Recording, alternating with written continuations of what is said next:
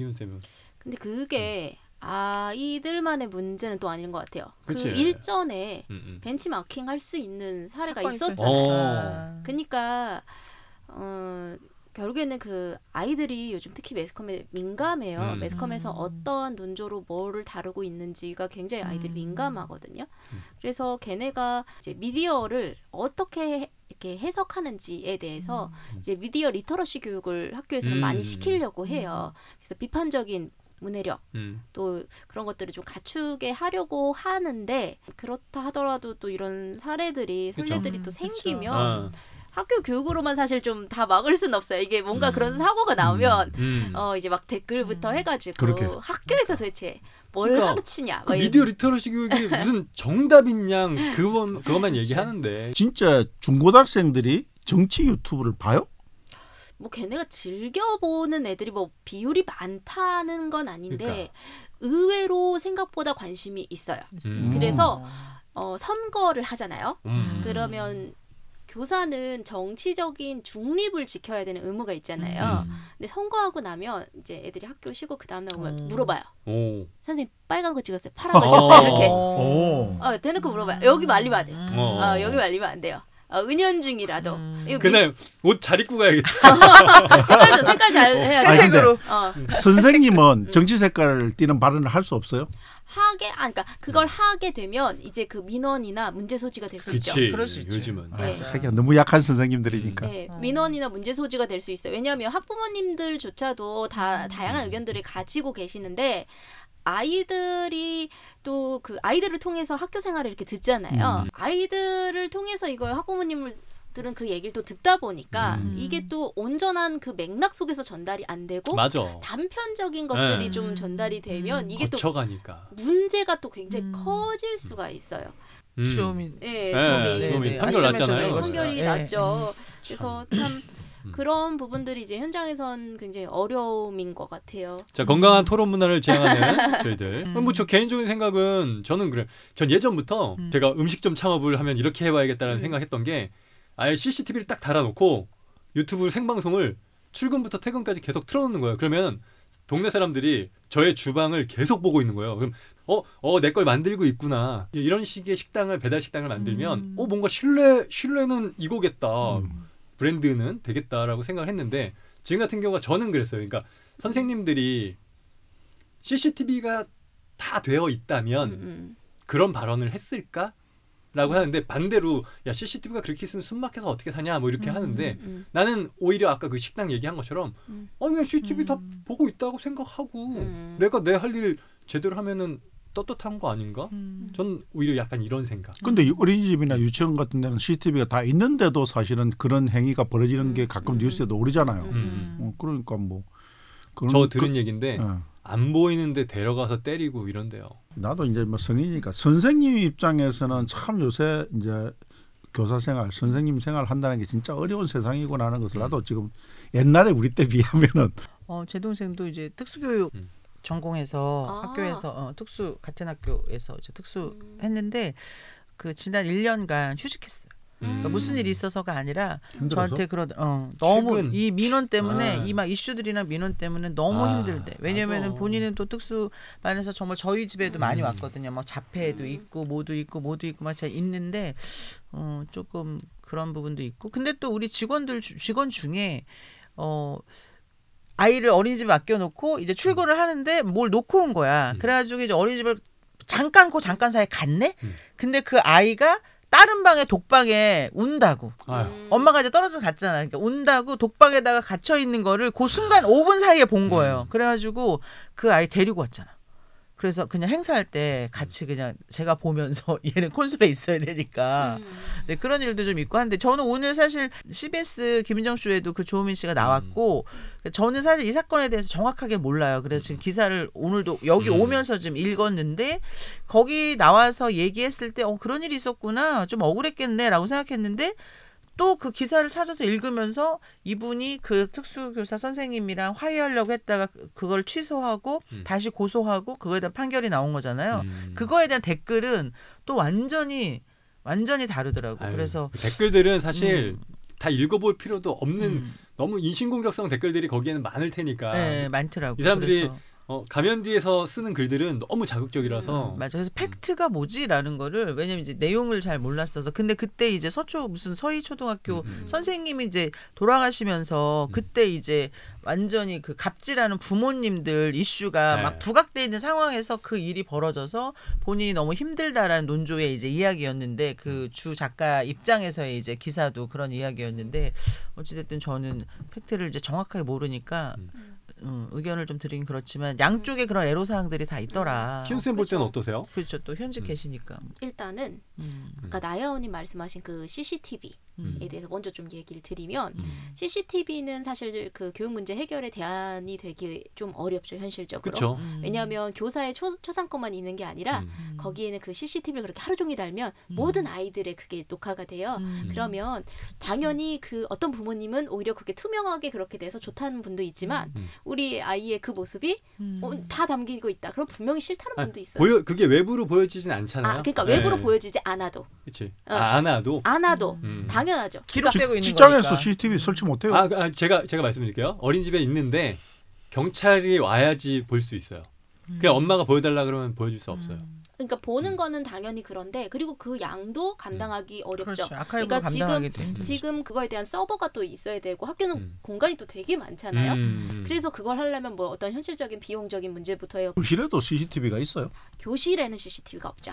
복도라든지 이런 데 있죠. 그런데 근데 그게 모든 데를 CCTV가 다 할 수가 없잖아요. 그러니까 어쩔 수 없이 학교에도 뭐 사각지대가 생기죠. 아까 뭐 이렇게 뭐 어디로 가서 뭘 때렸다든지 그런 문제가 발생할 수 밖에는 없죠. 현실적으로 하기가 좀 어려운 부분이 현실적인 있어요. 어려움이 있죠. 현실적인 어려움이 있고 사실상 지금 뭐 그런 댓글도 저도 봤어요. 뭐 의사의 CCTV는 찬성하면서 뭐 교실의 CCTV는 찬성하지 않는 교사, 뭐 수술실에 그러면서 반대로 교실의 CCTV는 찬성하면서 또 수술실의 CCTV는 반대하는 의사들, 뭐 이렇게. 근데 이게 참 그런 것 같아요. 이게 우리가 교육 활동 중에 일어나는 것들이 되게 많아서 그런 좀 신뢰가 사실 좀 바탕이 되면 맞아, 신뢰가 제일 맞아. 좋죠. 근데 맞아. 저는 사실 이 사건을 보면서 제가 제일 와닿았던 댓글 그러니까 기사는 뭐였냐면 피해자들끼리 지금 이렇게 하고 있다. 네, 그게 저는 제일 와닿았어요. 뭐냐면 저는 이거에 대해서 참 말씀드리기가 되게 조심스러운 게 뭐냐면 저는 동생이 1급 장애예요. 그래서 특수 선생님들한테 동생이 컸어요. 특수학교를 초등학교, 중학교, 고등학교 그리고 그 이후에 한 2년 정도 더 특수학교에서 돌봄이 없었다면 이 친구는 갈 데가 아무 데도 없었어요. 특수학교 선생님들 너무 힘들어요. 제가 원래 저도 특수교육 전공할까도 생각을 했는데 엄마가 너무 반대하셨어요. 왜냐면 특수교사 선생님을 맨날 보는데 그렇죠. 선생님들이 얼마나 힘든지 맨날 붕대 감고 있고 깨무는 애도 있고 막 그거 다반사예요. 그러니까 그런 애들을 다 이렇게 커버하시면서 이렇게 선생님들이 정말 힘든 현장에서 그렇게 하시거든요. 그래서 저는 특수 선생님들 얼마나 힘든지도 너무 잘 알고 있고 그리고 또 제가 또 장애아 동생의 가족이잖아요. 누나잖아요. 그러니까 저는 그 엄마나 이제 부모님이 얼마나 마음 아팠을까. 그런 것도 너무 잘 알고 있어요. 근데 이게 어떻게 보면 좀 서로들의 그게 있는 거죠. 이쪽에서는 증거물이라고 할 수 있는 게 사실은 뭐 이제 아이가 정확하게 전달을 못했다고는 하지만 어쨌든 이렇게 녹음기를 넣어서 취득한 증거로 이제 어떻게 보면 소송이나 이런 걸 좀 대비를 했던 것은 아닐까. 왜냐면 우리가 교육 현장을 부모님들은 볼 수가 없으니까. 네, 그렇게 했던 거고 또 그게 이제 선생님 쪽에 이제 교육 쪽에서는 어쨌든 그 대법원에서는 그거는 일반적으로는 인정하지 않는 증거로 증거로서 인정을 법적으로는 못 받는다라는 건데. 근데 요거는 그 아이의 그 특수성을 고려해서 이제 그걸 또 본 거잖아요. 그러니까 그런 부분들이 또 논쟁이 될 수도 있고 그리고 또 어떻게 보면은 선생님의 그런 발언들을 이제 법원에서도 유죄로 좀 봤는데 정서적 학대라고 봤는데 사실 이 정서적 학대가 좀 제일 애매한 것 같아요. 그러니까 그렇게 따지면 저희 엄마는 저에게 너무 많은 정서적 학대를 하셨고 저희 선생님들도 저한테 정말 그렇지. 거의 모든 선생님들이 저한테 정서적 학대를 모든 하셨어요. 아빠들도 다 정서적 학대고 있지 않아. 우리 때는 더 했답니다. 나 때는 아니 정서적 학대만 하면 좋죠. 이것도 맞았어요. 이것도. 아니 저는 이 방송에서 그 컨셉을 네. 두 분을 정서적으로 학대하려고 지금 하고 있는 건데 나연이 빨리 나쁜 사람이네. 고소하세요. 빨리 막 학대하라고 제가 막 강요하고 있는데. 그러니까 이게 어. 그래서 사실은 이거를 어떻게 봐야 될 건가. 왜냐면 교사도 어떻게 보면 애매해. 인간이기 때문에 음. 그런 부분들이 좀 있을 수도 있거든요. 물론 그렇게 말하지 않으면 사실 제일 베스트긴 한데 저희 엄마조차도 이제 그 장애아 동생을 키우시면서 너무 그치. 힘들 때는 가족조차도 그런데. 가족조차도 저도 그 동생이 문제 행동을 했을 때 잘 해줄 때도 있지만 나도 힘들 때 나도 모르게 등을 때리거나 뭐 이럴 때가 있단 말이죠. 저희 엄마는 무수히 많은 정서적 학대를 하고 계시고 근데 이제 뭐 교사라는 직업에게 이제 또 바라는 바가 또 학부모님 또 있으시고 그리고 또 저는 이제 하나 안타까운 건 그 선생님이 이제 어쨌든 교육 현장에서 배제가 되면 그 나머지 아이들은 그러니까 그게 제일 사실은 큰 거죠. 그러니까 그것 때문에 학부모님들 사이에서도 이제 그쪽을 옹호하시는 분도 있지만 맞아. 또 아닌 쪽도 있는 거예요. 어느 쪽 손을 크게 네. 높이 쫙 들어줄 수가 없는 상황이죠. 네. 이제. 그래서 저는 그냥 그걸 보는 그 모습이 너무 안타깝다라는 생각이 맞아. 들고 궁극적으로는 사실은 뭐 CCTV도 그렇고 뭐 이런 법제 뭐 제도 뭐 이런 것도 되게 중요한데 이게 모든 것들이 다 우리가 지금 신뢰 회복이 저는 안 돼 있다. 그래서 교육이라는 건 사실은 좀 저는 특수하다라는 생각을 하거든요. 경제적인 논리로도 이게 해결이 잘 안 되고 그다음에 법으로만 얘를 유죄 무죄 뭐 이렇게 나누기도 좀 애매한 부분이 있어요. 그러니까 이번에도 좀 애매한 판결이 나온 거죠. 유죄긴 한데 뭐 선고유예라고 해서 그러니까 그런 발언은 그렇게 볼 수 있겠지만 그걸 가지고 이렇게 뭔가 하기에는 이 사람들도 부담스러운 거죠. 그래서 그러지 않았을까라는 생각이 들어요. 네. 제가 요즘에 아시안컵을 계속 보고 있는데 어제 본 거 중에 한 장면 굉장히 인상적이었던 장면이 수비수가 공격수를 수비를 하다가 밀었어요. 공이 바깥으로 나갔어요. 근데 그 밀린 사람이 그 사람이 다음 행동이 딱 손을 내밀었어요.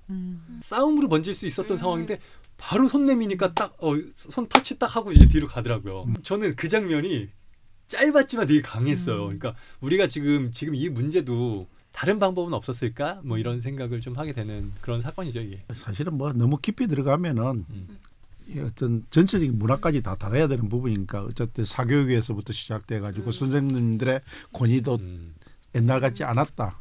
어떤 그런 부분. 그리고 선생님들도 분위기가 또 그래 하다 보니까 책임감이 또 옛날보다는 좀 덜하다. 왜냐하면 그냥 늘공이라고 표현하는 공무원처럼 그냥 나는 애들 그냥 내 의무적인 것만 하고 실제 선생님들 만나니까 뭘 하기가 싫대요. 워낙 간섭이 많이 들어오고 하니까 이게 뭐가 먼저이라는 평가를 하기 떠나서 그렇게 분위기가 되니까 너무 조심스럽고 오죽했으면 초등학교 선생님들이 그렇게 유명을 달리할 정도로 그런 선택을 해. 급격히 근래 좀 최근에 심해진 것 같아요, 이게. 그게 곪은 게 터진 것 같아요. 저도 아버지 돌아가시기 전에 한 2회차 집회까지도 같이 참여를 했었는데 사실은 교사 집단이 좋게 말하면 되게 착하고요. 나쁘게 말하면 되게 수능적이에요. 그러니까 말도 안 되는 거를 나라에서 하라 그러면 그걸 꾸역꾸역 하는 경우가 되게 많아요. 어쨌든 그렇게 하지 않으면 아이들이 피해를 볼 수 있고 그렇기 때문에 교사로서 책임감이 또 되게 강하고 또 모범생으로 지내오면서 굉장히 그런 규칙 이런 걸 되게 잘 지키는 분들이 범생이들의 집단이니까. 그래서 그렇게 하다 보니 정말 나는 여기서 골마가는 거죠. 그래서 정말 시키는 것만 하기에도 헉헉헉인데 여기서 뭔가 더 요구하고 더 해야 되고 내가 뭔가 좀 더 발휘하기에는 나는 이미 많이 소모가 되는 거죠. 그래서 요즘 선생님들의 번아웃이 정말 많죠. 그래서 저희 동생도 딱 1년 1년 쉬었어. 요즘 꼭 MZ라고 표현을 해서는 뭐하지만은 젊은 세대라고 통용되는 나는 절대 내 가족 우선이고 내 가족을 배제한 다른 사람한테는 절대 손해봐서는 안 되겠다. 이런 부분이 왜 생길까 하는 그런 것들도 난 가끔 생각해 보거든요. 나도 답을 못 찾겠는데 그런 게 제 주위에서도 하다못해 엘리베이터를 타다든지 우리 동네가 특히 나쁜 동네가 아닌데도 그런 모습들이 비춰질 때가 가끔 있어요. 보면. 전 이 부분은 그냥 저 혼자만의 생각이었는데 우리나라가 전쟁을 경험한 세대이고 그 옛날에 우리 뭐 부모의 부모부터도 전쟁 이후에 먹을 게 없고 그래서 계속 뭔가를 챙겨서 내 자식들을 이런 걸 보고 자라고 우리가 아직 많이 지난 게 아니잖아 시간이 전쟁 이후에. 그러니까 이런 게 우리들 습성에 좀 남아 있는 것 같아서 그러니까 뭐 재벌들도 그렇고 서민들도 다 내 가족 그러니까 사회보다는 다 내 가족 챙기기에 급급한 것 같아요. 내 아이들 먹여 살리는 게 가장들의 근데 뭐 요즘 젊은 가장들은 그런 세대가 아니에요. 그런 세대가 아니죠 이제. 아닌데 이게 심어져 있는 왜 그렇게 유전자가 그러니까 내가 너무 심하게 평가하는 거 있지만 너무 도전적이고 양보가 없어. 양보가 없어. 그러니까 나여님이 말씀하신 그때는 내 가족을 챙기면서도 나름대로 공동체가 있었거든요. 근데 이제는 완전 그게 무너졌죠. 그러니까 그게 예전에 그 골목길 문화가 이제는 지금 다 없고 아파트 문화가 그렇게 만들었어요. 우린 이제 아파트가 되면서 그러니까 누군가 그 공간 하시는 분이었나? 아파트가 되면서 완전 한국 사회가 그러니까 저도 혹시 셜록 현준? 현준이죠. 그랬나요? 그런 발언 그분이 하실 것 같은데. 그 아파트는 사실은 옆집에서 누가 톡톡 두드리면 굉장히 무섭죠. 근데 저희 그렇죠. 예전에 그 옆집 분들하고 그냥 밥을 늘 같이 먹고 그 응답하라 1988처럼 맞아. 아랫집에서 맨날 뭐가 올라오고 저는 맞아. 아랫집에 밥통에 웬일로 앉아갖고 거기서 화상을 입었거든요. 밥통에 왜 앉았는지 모르겠어요. 어릴 때. 어린 시절은 그런 시절도 있었네. 네. 그렇게 해가지고 그렇게 윗집 맞아. 아랫집 뭐 그리고 아랫집에 가서 뭐 자고 뭐 이랬던 것 같거든요. 그러니까 그냥 그 저희는 이렇게 양지 마을이었 이름이. 거기서 그냥 같이 살고 뭐 그때 이렇게 서울 사람이에요 제가. 근데 그때 그 당시 암사동이 좀 깡촌이었어요. 맞아요. 아파트 문화가 가장 나쁜 게 서로 비교 문화를 만들어. 맞아. 어떻게 보면은 뭐 30평대, 40평대에 나눠져 있는 거기에서도 맞아. 같은 30평대라도 야 누구 집에서 TV 새로 바꿨더라면 다 바꿔야 되고 막 이런 게 인테리어 있다고. 합니다 붙어 있으면은. 그렇지. 저기 어디야? 그리고 뭐 이렇게 뭐 조합원들 아니면 왜 아파트에 별도로 출입문 있어가지고 별도로 다니는. 요즘 그런 것도 있어요. 저 어제 있었던 일. 아내가 저희 문 열고 난 저희 아직도 위에 키 있고 밑에 손잡이거든요. 근데 저는 아무런 생각을 못 하고 있는데 이거를 한 10년 넘게 썼는데 아내가 오더니 앞집에 이제 좀 신혼부부도 이사 오고 그래서 딱 저기 뭔가 디지털도 걸려 있어요. 그래서 이걸 찍어서 친구 중에 열쇠 수리하는 친구한테 보냈어요. 이런 거 얼마 하냐 보냈더니. 와이프가 쫙 보더니 저런 거 한 50만 원 하지 않아? 그래서 저는 하도 오래된 기억이라 무슨 문 저게 50만 원이나 하고 딱 했는데 친구가 답변 온 게 45만 원이야. 45만 원이라고? 전혀 지금 물가를 모르시는 거예요. 네. 그러니까 지금 이웃과 비교된다는 게 이런 문 손잡이까지도 비교가 되는구나. 사소한 거지만 그게 비교란 거야. 괜히 그거부터 기분 나빠지잖아. 그렇기 때문에 거기 사는 사람들이 더 폐쇄적으로 되는 거야. 내 것을 공개하는 순간 특히 내가 뭐 남성 여성 따에서 특히 여성 동창회 갔다 오면은 많이 좀 기분 나빠지는 경우가 많다면서요. 그래서 그런 것들이 비슷하게 나무 집에 어쩌다가 한번 좋은 마음으로 티타임을 가지자고 초대했는데 갔다 오면은 그렇죠. 소가리에. 제가 예전에 페이스북 끊은 이유도 좀 그런 다들 너무 자랑북이야 이건. 근데 또 부모 교육도 사실은 내 새끼 뭐 가서 때릴지언정 맞고 오지 마 이런 것도. 그러니까요. 옛날 분들은 네가 맞으면 맞을 이유가 있겠지.